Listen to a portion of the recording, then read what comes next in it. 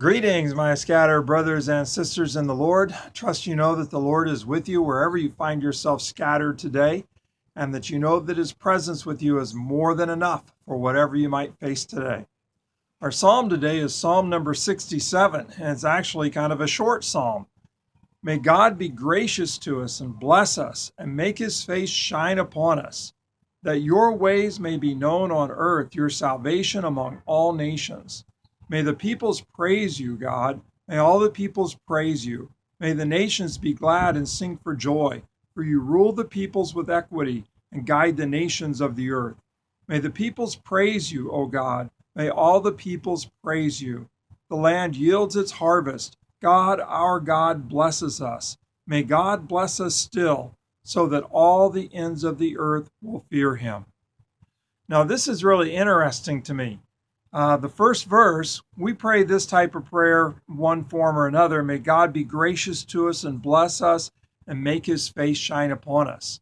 We want the blessing of God, and we pray for God to bless us and for God to make his face to shine upon us, and that we would know his presence, we'd know his grace, we'd know his goodness. So that's pretty common. But when we get to the middle part of the psalm, that's what's really uncommon. So that your ways, O God, may be known on earth, your salvation among all nations. May the peoples praise you, God. May all the peoples praise you. May the nations be glad and sing for joy.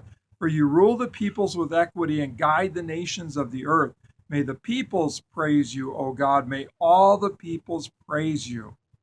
And then we get to the last part about how God bless us. May God bless us still. And here's the key, so that all the ends of the earth will fear him. See, this is what I find so fascinating and uncommon with this psalm. It's Lord, bless us, make your face shine upon us, so that all the nations around us, all the peoples of the earth will see who you are and will praise you. May all the nations, may all the peoples praise you. And how are they going to know that God is praiseworthy? Because he has blessed us and made his face shine upon us. See, when we pray for God's blessing upon us, I don't know that we're always thinking about the nations. I don't know that we're thinking about the peoples around us. I don't know that we're concerned that they would come to see how good our God is by the way that God blesses us. But that's what this psalm is about.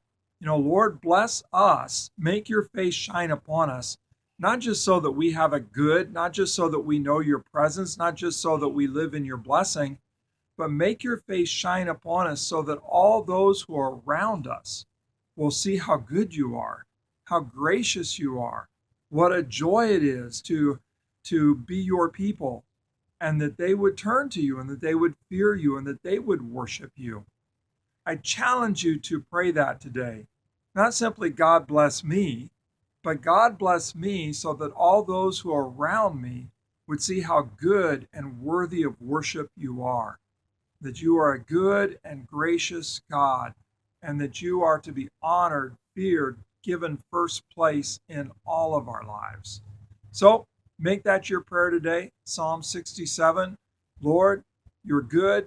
Make your face shine upon me so that everyone who is around me, everyone who is observing my life, will come to realize that you are praiseworthy and that they will turn to you and fear you and honor you. God bless. Have a great day. And may the Lord help your neighbors to see how good and gracious our God is by the way he cares for us. God bless.